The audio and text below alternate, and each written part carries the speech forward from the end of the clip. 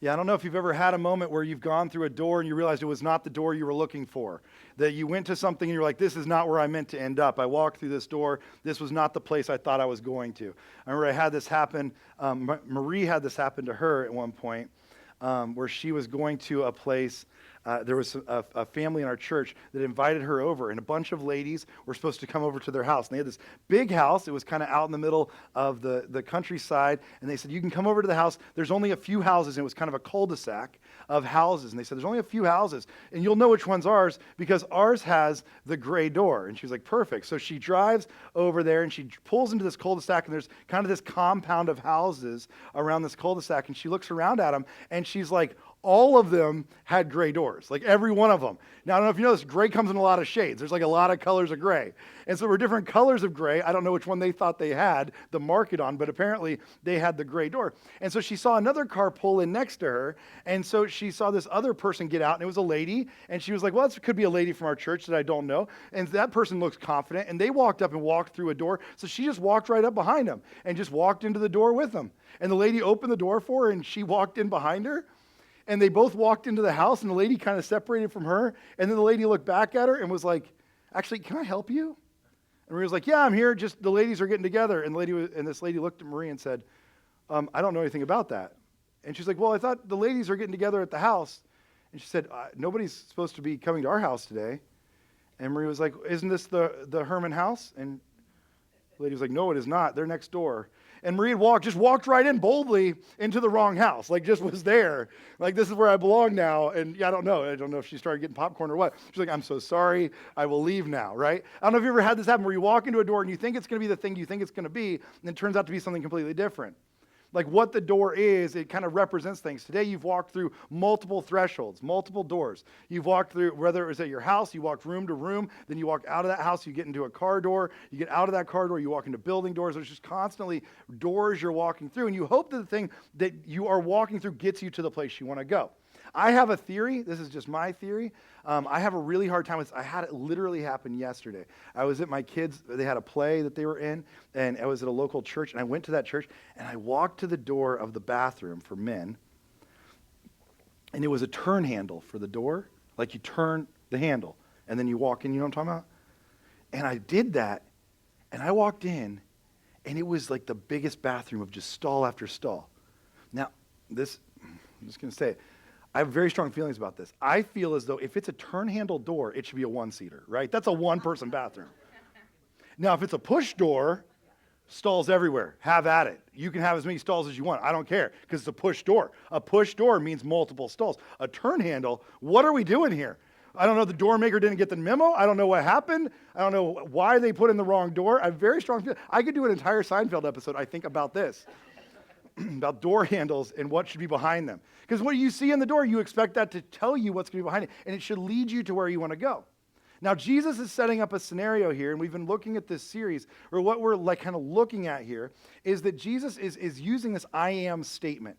And he says 7 times in the book of John, I am, and then he leaves a blank. Here's the thing I am. And he's piggybacking off of what happens in Exodus, where Moses is told by God, I am who I am. And what Jesus is doing is taking that phrase, and it's not on accident. It's not just a happenstance thing. John is doing this very purposefully in the book of John. We'll talk about that in a second. He's making it very clear who Jesus is, why Jesus does it this way. And Jesus is making very definitive statements about who I am, and I want to make it in my own words so you don't misinterpret who I am. This isn't you talking about who I am, because if we're going to be honest with ourselves, a lot of people like to put their own attributions on Jesus. We like to put our own characteristics, our own thoughts about who Jesus is, and most of the time he's just like us. He thinks the same way we do. He's exactly like me. I mean, it's not that I'm like Jesus, it's like Jesus is like me, okay? We like that idea of Jesus. And he's saying, no, I'm not like you. I'm not what you think I am. I am, and then he will be very clear about who he is so that you cannot confuse it, so that you do not mistake it. And so in this moment, he's saying, I am this door, I am this gate. That's what I am. In John chapter 10, verse 7, right, he says, therefore, he says again, very truly, and he makes it really clearly, I am the gate for the sheep. That's what my job is. I am the gate for the sheep. Now, that's a really weird statement. You might be like, I don't really understand it. And if you don't, it's okay. Neither did they. It actually says that they don't get what he's saying.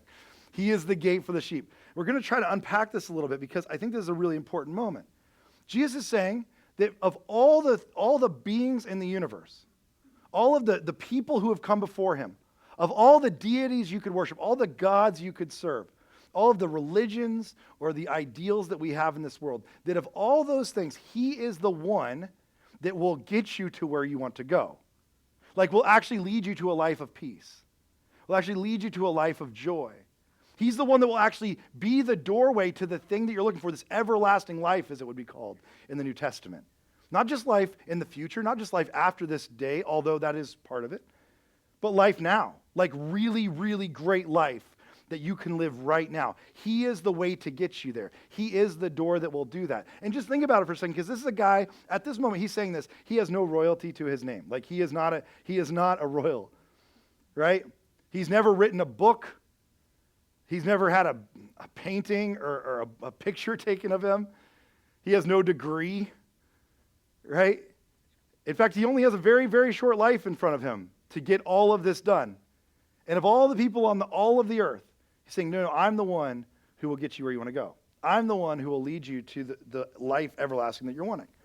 Now, what's happening here is the question is, we have to decide if we believe that or not. What John's doing here is he's setting up a very specific case to ask us if we believe that. So John, if you don't know, John is the last of the Gospels to write. So there's 4 biographies of Jesus we have today, or Gospels as we would call them, right? So there's Matthew, Mark, Luke, John. Mark is probably the first one to write. Mark writes his Gospel early on. His is actually kind of Peter's Gospel because Mark was a disciple of Peter. And so Mark writes Peter's Gospel for us. And we kind of get this short and condensed version, very to the point, gets things done. And then Matthew and Luke kind of take that and they kind of expand on that to different audiences. So Luke is writing to a Gentile audience, more of a Greek audience, saying this is how this applies to you. Let's take what Mark said and let's expand out on that. He goes and does a bunch of research, gets a bunch of people together, asks a lot of questions, and then he talks about here's what that looks like for you. And then with Matthew, he goes and writes to a Jewish audience. Let me give the Jewish audience what they're looking for and help them understand how Jesus fulfills all the prophecies. But then they all write, and they're all kind of done, and there's this vacuum where suddenly all of the disciples of Jesus have died. They're getting murdered one by one. It's not going well. And John is the only one living. And it almost appears as though at one point disciples and other people go to him and say, would you write us the gospel? Like you were there with Jesus. You're the only one left. Would you tell us what it was like being with Jesus? And so almost 70 years, like some people believe it's almost 70 years after Jesus has left the earth, that John writes this. And he's not writing necessarily to the specific audiences you might think of. He's kind of writing this really broad version. And he doesn't write it in the specifics. Like he's not a specifics guy. He's writing this like big theological masterpiece that takes together all these other things. But what he's doing while he takes the Jewish understanding and he takes the Greek understanding, he puts those together. And he says this is kind of the deeper version of all of this. And his goal through the entire book is to actually force us to ask ourselves over and over again, what do we actually believe? Like Jesus, in the book of John, for instance, in the book of John, if you've ever read any biography, by the way, let me just put it this way. If you've ever read any biography, I don't know who you read, like George Washington or Abe Lincoln. Has you ever read like Team of Rivals on Abraham Lincoln? Phenomenal book, fantastic. Or Crossing the Delaware. If you've read like the George Washington one that came out just a couple years ago, really incredible one. There's some really great reads on that. And what's interesting, if you read any biography of anybody, ever, what you find is the whole book is about their life, and then there's this little segment at the end that's like, also they died. Like, bad news, they died. End of story, right? And it's like this, and it's only like, usually it's a chapter at the end, or it's just a quick little excerpt that they put at the end of the story, an epilogue that just kind of goes in there, right? That's usually how you read. I don't know if you've ever read a book like that. I mean, even watch Hamilton or whatever. That's what happens, right? The death is a very short segment of the story. In John's gospel, Jesus' death, the crucifixion scene, is almost a third of the book. And the reason is he spends a ton of time on the trials of Jesus leading up to that. He wants us to know all the trials. And the reason being is most people believe because he wants us to put Jesus on trial. The whole book of John is asking us, what do you believe? If Jesus was standing in front of you, if you were the one, the judge or the jury, what would you believe about him? And for many of us, we kind of think we just get to like push that question off, if we're being honest. Like, that's not really for me. Or we're like, it's cool. Jesus and I are cool. He seems like a nice guy. I'm good enough at this point. I think we're settled. And we kind of just leave it at a very, very basic, I would call Jesus a lot of times an acquaintance of ours. We're like, we don't need to get to know him more or do anything else. I think we're good. We're good, right? We're good. It's like a guy with another guy, right? Like, have you ever hung out with another guy? Or have wives, have you ever had your husbands hang out with another guy? I remember Brian Regan, the comedian, does a whole bit on how one day he went golfing with his best friend who had just gone through a divorce. And he said, I got home that afternoon. My wife asked me, how was playing golf with your friend? And he was like, it was good. And she was like, well, how's he doing? And he was like, oh, I don't know. And she's like, didn't you just play golf with him? He's like, yeah, I played golf with him. Well, how's he doing? I have no idea. Why am I supposed to know that? Or I know he got a new driver. He seems to have, he's got a new driver. He's doing good there. Like, how's he doing since the divorce? Oh, we didn't talk about that. You spent 4 hours together, didn't talk about that? Guys, this is how it goes, right? Am I wrong?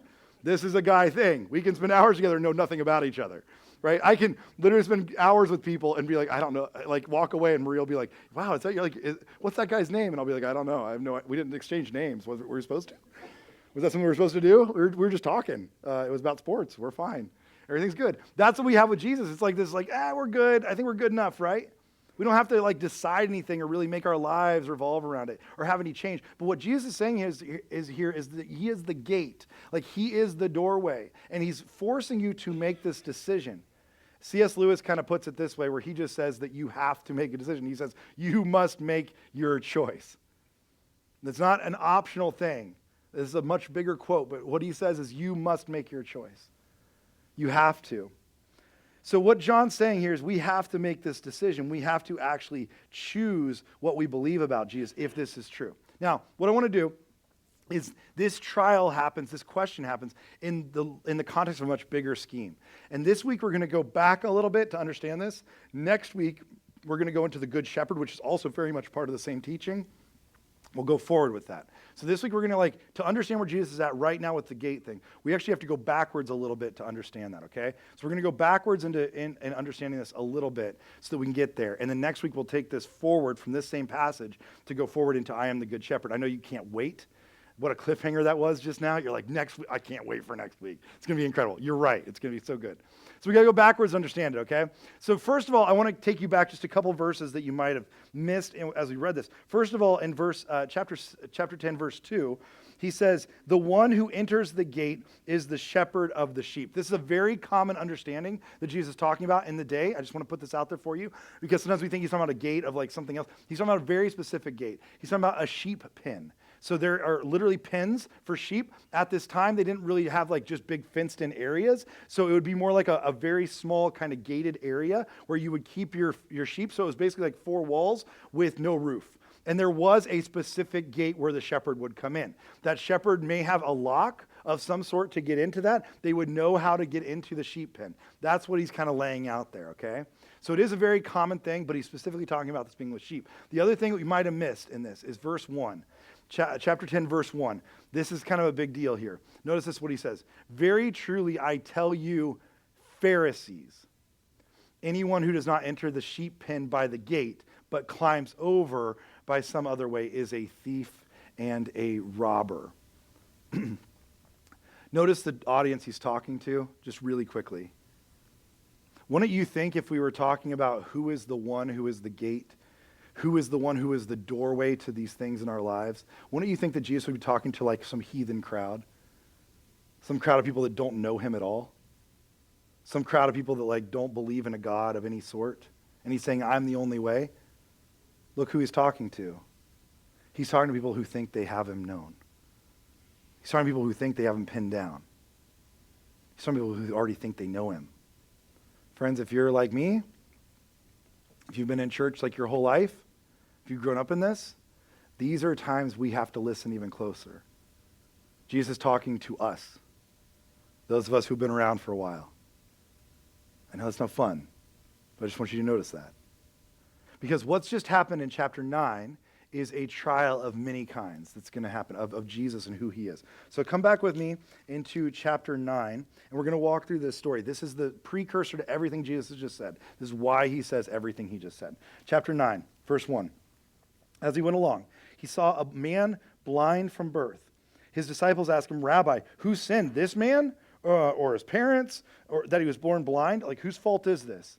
Neither this man nor his parents sinned, Jesus said. But this happened so that the works of God might be displayed in him. As long as it is day, we must do the works of him who sent me. Night is coming when no one can work. While I'm in the world, I am the light of the world. I am the light of the world. That's the phrase we talked about last week that Billy taught on. I am the light of the world. After saying this, he spit on the ground, made some mud with his saliva, put on the man's eyes, which is just I have read 1,000 biblical commentaries on why Jesus spits in the clay and puts it on his eyes. There's not a good reason. Don't look at it. There's just not. It's a weird thing. Jesus spits in the dirt and makes so much spit, by the way, that he can make clay out of it. Like, that's a lot of spit. I don't know if you know how this works. It's a lot of spit. And he puts it in the guy's eyes. It's not very nice. It's a weird way to handle this. I'm sure there's other ways, but this is what Jesus does. And it's fascinating. Again, there's lots of reasons that people come up with, but it's really a weird way to do it. But what he does do that we know is that he does not let the man see him. So he does this and doesn't let the man see who does it to him. Because he puts it in his eyes and he says, now you have to go clean that out. Now you got to go wash this out. And he says, go wash in the pool of Siloam. This word means sent. So the man went and he washed and he came home seeing. His neighbors and those who had formerly seen him begging said, isn't this the same man who used to sit and beg? Some claimed that he was. Others said, nope, only looks like him. But he himself insisted, no, I'm the man. I'm the same guy.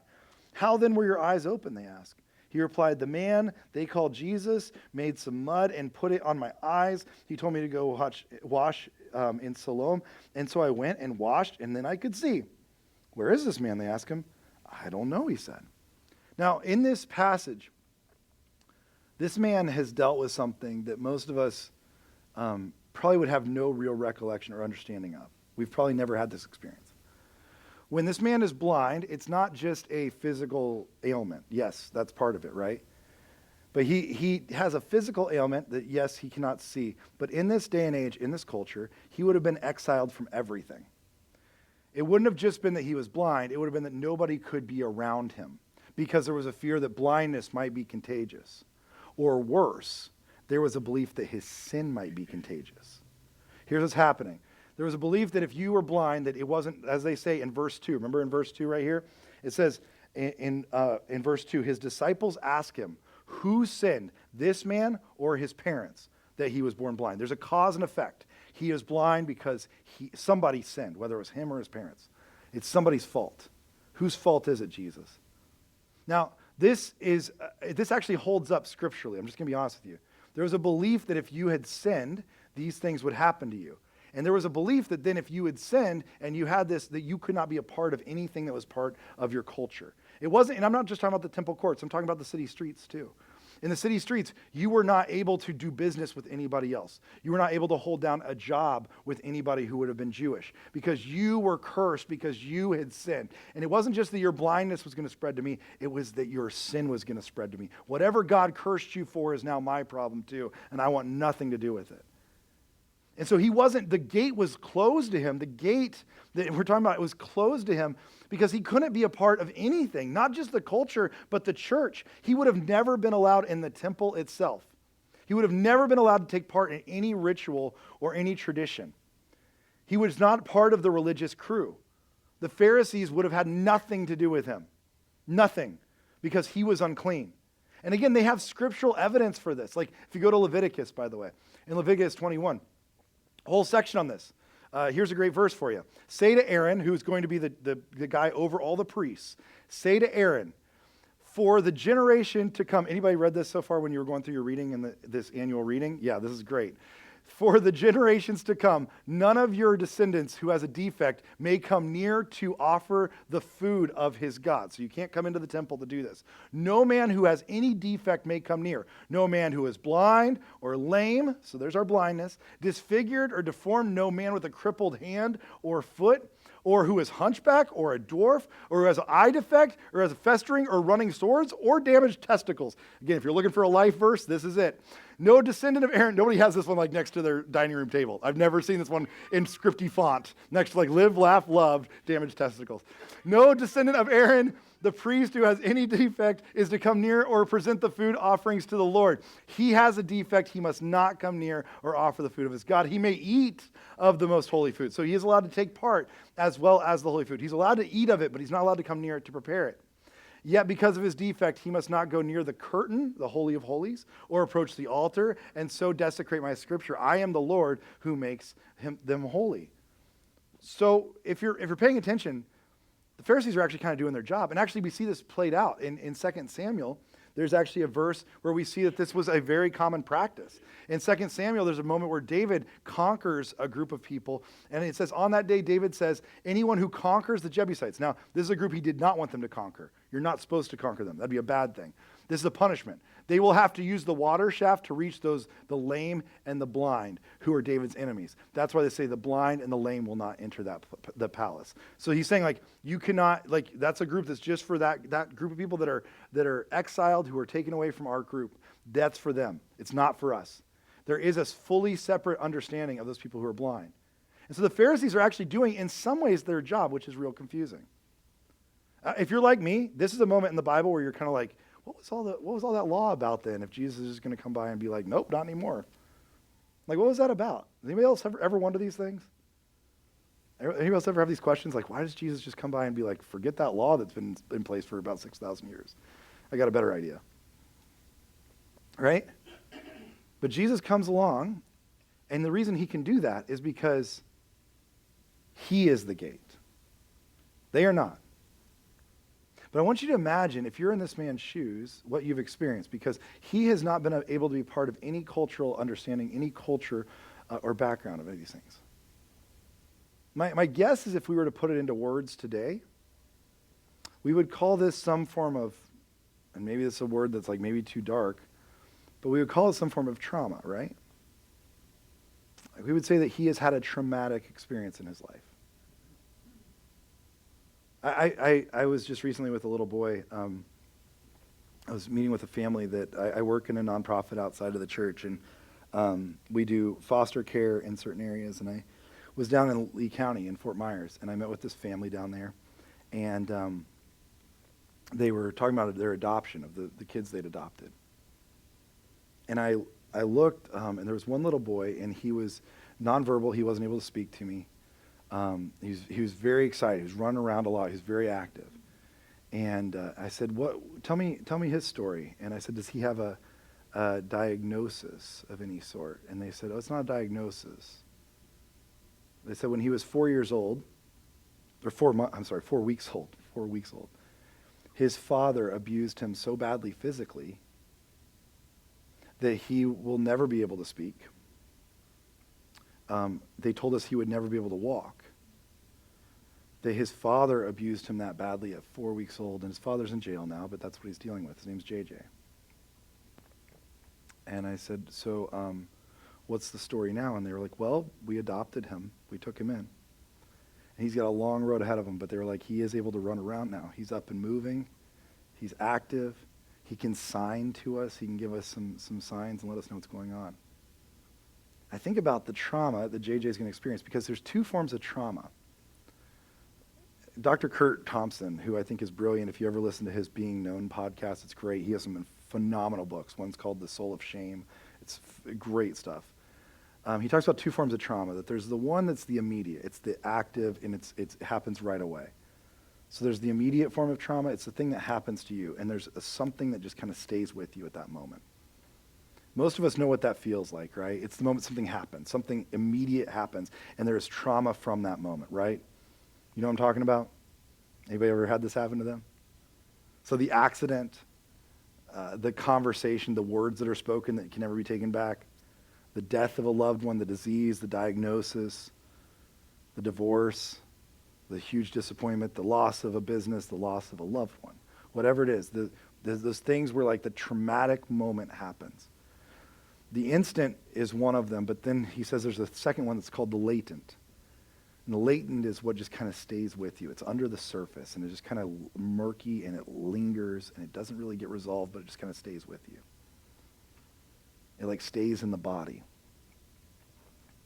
In fact, if you've read The Body Keeps Score, which is, I know, a huge book on trauma right now, really on PTSD specifically, there's a quote or a section of it I just want to give you real quick. He says this is how he defines trauma. Contrary to popular belief, trauma is extremely common.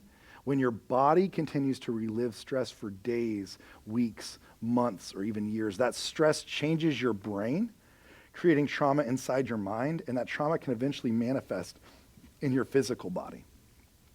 The problem with trauma is that when it starts, when something happens to us, but that's not where it stops. Like, it actually changes your brain. And once your brain changes, you're in constant fight or flight mode. And it can be hard to stay focused or feel joy or experience pleasure until this trauma is healed. Most of us, if I'm being honest, I think a lot of us live in this at some form or another on a daily basis where it's hard to stay focused on anything else but the thing. I think it's hard for us to feel joy, like real joy, because there's still this thing that we're dealing with, and it hasn't left us yet. I think it's hard for us to really be able to move on from that and believe that there is an everlasting life because we're still so hung up by this trauma that stays with us. The way Rich Villodas, who wrote a great book called Good and Beautiful and Kind. This is the way he defines trauma. It's a little bit easier to understand. But just trauma is a wordless story that our body tells us about what is safe and what is a threat. Against, we're in constant fight or flight mode. That's what it is for us. And so many of us, I think we live in a constant fight or flight mode. Like we just do. Whether it's how we deal with other people, how we deal with people that come to us, how we deal with the people that we deal with on a daily basis, even our own families. I can tell you that I've experienced the instant. I mean, and this is just me. Like, this is just my, like my own stuff. But and it's a very low-hanging fruit situation in my life. But like when I was 9 years old, my dad dies. My dad was a pastor. He was a good person. Everybody liked him. He was like a person who was, I don't know, he worked for Jesus. Like, how could that possibly happen to us? Doesn't seem right, does it? And then I'm 9 years old, and I lose my dad, who was only 42. And I remember the instant. There's the instant, right? Like, there's definitely an instant reaction to that. And I remember my instant reactions. First of all, I remember that I would be at school. I don't remember that year at all in my life, but I remember that I was constantly being driven home from my school by my principal because apparently I couldn't focus in class. Like, I just wasn't doing anything. I would just be listless, and he would be like, "You're better off at home," and he would literally just drive me home from the school in the middle of the day. And I remember it all building up, going through the stages of grief and anger and actually building that up until like I remember one day, and if you know me at all, I'm not like a angry person. That's not like in my nature. I'm not known for that. But I remember like one day literally kicking a hole in our wall, like kicking a hole through the drywall of our house. Just so mad at God, so mad about what had happened. And there was instant reaction, right? And the worst part is the instant stuff is actually the easy stuff. Right? You ever lost anybody? The instant stuff's actually the easy stuff, right? Or I met with the counselor. I said, "How long am I going to feel this way? How long am I going to grieve?" And the counselor said, "Well, how long is he going to be dead? How long is he going to be dead?" Yikes. So I've understood that part, but the worst part is that there's this latent part. There's this part underneath the thing where it holds on to you and it hangs on inside of us for a long time. And I remember like it was years later. I had gone through my wedding. I had gone through graduations of high school, of college. Like I'd lived, I mean, things were going pretty good. And I had moved on, I thought, and I was past it. Until I remember sitting at dinner one day with a couple that were mentors of ours. And my wife and I are sitting with them because we're about to tell them that we're pregnant.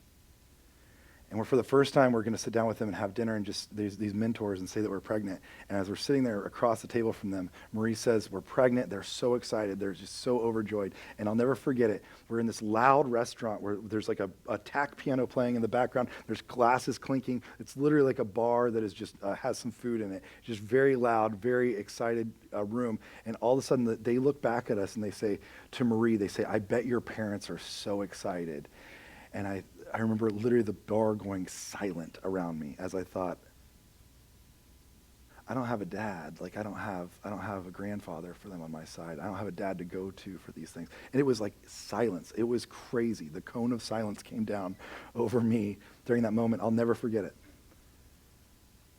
It was a long-term, underlying, latent form of trauma. And most of us, we still deal with that. And the thing is, I think we're in fight or flight because we think it's our fight or it's our job to fix it. It's our job to make it better. And so we'll either fight our way through it or we'll run away from it as far as we can. That's how we're going to fix it. But Jesus comes along into this man's trauma, and he does something different that we aren't used to. And I don't know if you believe this is possible for you, and maybe it's not. But what Jesus does that's different than what we're used to is that he comes along and he doesn't help him run away. He doesn't even help him fight it. He heals it. He heals it. And I don't know if you believe Jesus still does that. What he's saying is that he's the gate. Like he does this stuff. He's the one that leads you to the place you want to go. He's the one that can do this. And I don't know if you believe he still does, but he's saying that's what he is. And he doesn't say that it only happens once. He's saying he still is that gate. He will always be that gate. It is an everlasting gate. It's going to get you to the place you want to go. And so he shows up in this man's life and he heals him. And then I want you to see what's about to happen, because then we have to decide what we believe about Jesus. Notice there was already one conversation where people came up to the blind man. They said, what do you say about him? Who do you think he is? And the man says that he's a prophet, or like he's a good person. They say, show us who he is. That's one group of people who are trying to figure out who he is and what they believe about him. Then it says after that, continues on there. As he keeps talking, he keeps moving from there. He says, they brought him to the Pharisees, the man who had been blind. Now this was on the day, of course, it's on the Sabbath, which is a problem. And therefore the Pharisees also asked him how he received his sight. He put mud on my eyes, the man replied, and I washed, and now I see. Some of the Pharisees said, this man is not from God, for he does not keep the Sabbath. But others asked, notice there's two sides here. There's going to be people arguing this, which we're going to fall on one side or the other. But how can a sinner perform such signs? They were divided. Just like us, we're on trial. We're trying to figure out who Jesus is. Then they turned again to the blind man. What do you have to say about him? It was your eyes he opened. And the man replied, he's a prophet. It's a pretty good answer. Doesn't quite get us where we want to go, but he's a prophet. This is what I think about him. They still did not believe that he had been blind and had received his sight. They sent for the man's parents. Is this your son, they ask. Oh, this part gets real ugly. Is this the one you say was born blind? How is it that he can now see? I just want you to see what's about to happen. This part I don't think we fully understand, but it's really, really gross. Remember, his parents, they were still allowed to be part of the temple. His parents, they were still allowed to be part of the society. So they bring the parents in to speak for him. And I want you to see what they do. This is gross. We know he is our son, the parents answered, and we know he was born blind, which is a good start. We know he is our son. Like, okay, check. That's good. But how can he see now, or who opened his eyes? We don't know. Ask him. He is of age. He will speak for himself. I just want you to notice this. They don't stand up for their son at all. It actually says why. His parents said this because they were afraid of the Jewish leaders who had already decided that anyone who acknowledged that Jesus was the Messiah would be put out of the synagogue. That's why his parents said, he is of age, ask him. They hang him out to dry. I don't know, he's your problem. I'm not going to stand up for him. Good luck. Hurts. This is trauma on trauma, by the way. These are things that it's hard to recover from. The second time they summoned him. Again, there's more trial going on. The man who had been born blind said, "Give glory to God by telling the truth," they said. "We know this man is a sinner." He replied, "Whether he is a sinner or not," talking about Jesus, "I don't know. One thing I do know is I was blind, and now I see." That might be the best testimony I've ever heard. I know we all like to sit through stories like people telling their story about how they came to know Jesus. I know we all like to have like all the facts and figures put together about why Jesus was real and how Jesus actually did stuff and how he very much existed on this earth. And you can't deny the evidence of Jesus dying and raising from the dead. And I know that we all want to have the Freudian understanding of it, or the Marxist understanding of it, or Nietzsche saying God's dead and we need to have an argument against that, or your college professor is going to come at you with some kind of thing about how Jesus isn't real, or you need to have an answer prepared for when somebody says they don't believe in Jesus. You need to have all these things in order, and you need to have the best testimony put together. You have all the facts and all the figures about why Jesus is real. But the best thing you can ever tell somebody is what he did in your life. That you were blind and now you see. That you were hurting and now he's healed you. That there was pain in your life and somehow he made it perfect. Doesn't make sense, but he did it.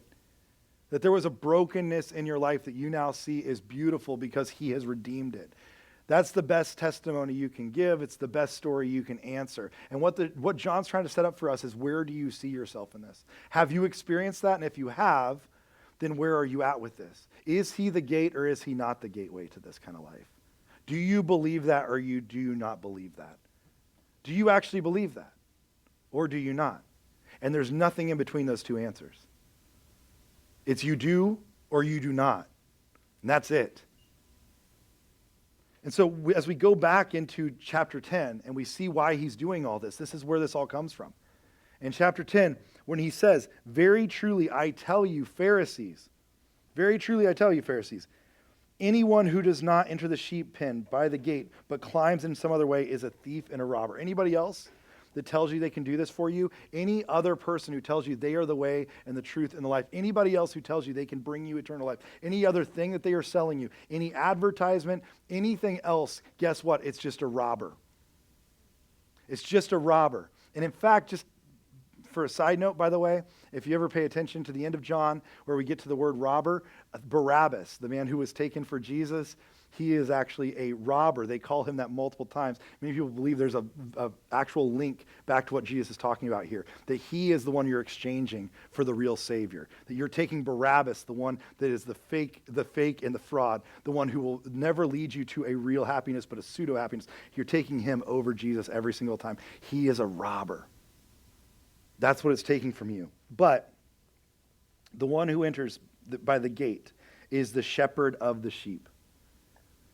The gatekeeper opens the gate for him, and the sheep listen to his voice. He calls his own sheep by name, and he leads them out. When he has brought out all of his own, he goes on ahead of them, and his sheep follow him because they know his voice. We'll talk more about that next week and what that means. It's actually really, really cool stuff. And then he says, but they will never follow a stranger. In fact, they will run away from him because they do not recognize a stranger's voice. Jesus used this figure of speech, but the Pharisees did not understand what he was telling them. So Jesus is like, let me sum it up for you. Let me make it as simple as I can. Here's what I'm trying to say. Very truly, I tell you, I am the gate for the sheep. All who have come before me, they are all thieves and robbers, and the sheep have not listened to them. But I am the gate, and whoever enters through me will be saved. They will come in and go out and find pasture. They'll find the peace and the joy they've been looking for. That will come through me. Because the thief, the robbers, those other things that you think will lead you to that joy, guess what? They are only here to steal and kill and destroy. But I've come so that they may have life and have it to the full. Everything else that you've tried to substitute, it's going to steal and kill and destroy. It is a thief and a robber of joy. But I have come so that they may have life to the full, this joy, this peace that they've been looking for. I was just talking with a friend the other day who went to go hear a person who's kind of I don't want to use any names, but like a Christian influencer type person. Okay, so it was like an influencer, more aligned politically with just a conservative worldview than they are aligned with Jesus. And those are not the same thing. Sorry. They're just not the same thing. Conservative politics are not always the same thing as Jesus. They're just not the same thing. Nor is liberal. I'm just saying neither one of them are. Just to be clear. And it was a conservative politician who was in the area and was actually speaking about Christendom to people. Like, this is what I believe about God. This is the best way to live your life. And it was actually about Jesus. But I asked this person who went to it, I said, well, just out of curiosity, is that person like following Jesus? And they said, oh, no, he says that. No, he doesn't follow Jesus. He just thinks it's the best way to live, but he doesn't follow Jesus. Like, he hasn't made that commitment. I was like, well, it sounds like to me, and this is just me, I could be wrong, is that he found a really good target market of people who will come to these shows and pay a lot of money to hear him talk about Jesus without having to do the work of like following Jesus. That's what it sounds like to me, is you're a good target demo. You're a good target demographic for this. What it sounds like to Jesus is this is anything less than Jesus. It's less than the gate. It is a thief and a robber. And I'm not just saying that about that person. I'm saying that about anything. If you have more of a relationship with me than you do with Jesus as your pastor, that's a robber. I'm not better. I'm not on par with. He's the gate. I'm not. If you have a better relationship with a Christian author or anything else, no, that's not the gate. It's good stuff. It's fine. Read it. Enjoy it. It's not the gate. The relationship is with Jesus because he is the only one who will actually lead to this life that you're looking for. Everything else is less than as a thief and a robber. Everything else. He's the only one. He doesn't say, I am the gate, but also some other people are pretty cool.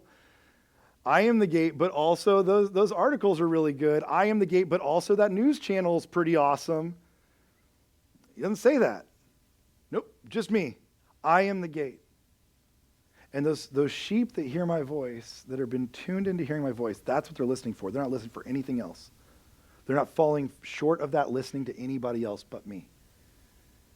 C.S. Lewis says that we all have to deal with this at some point. We're all going to have to agree, like actually have this conversation at some point. You've probably heard this before. I love the way C.S. Lewis says this in Mere Christianity, but that we're going to have to decide how we feel about this. Jesus has been put on trial here by multiple accounts, and it's up to us to decide. We actually have to do something with that information. We have to decide what we believe about him. And he says here, I'm trying here to prevent anyone saying the really foolish thing that people often say about Jesus. Here's what they usually say. I'm ready to accept Jesus as a great moral teacher, but I don't accept his claim to be God. That is one thing we must not say.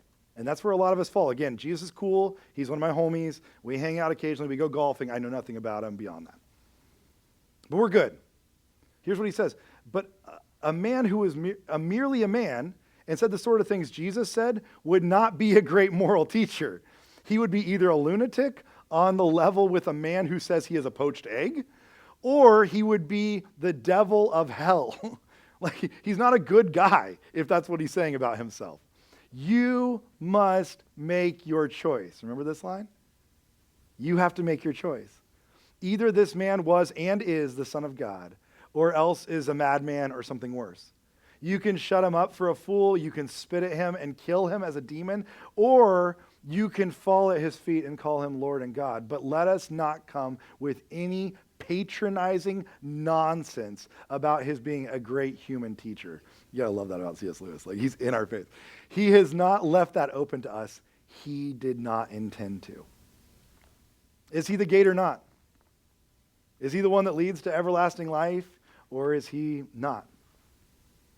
And anything less than that, he's a liar or he's a lunatic.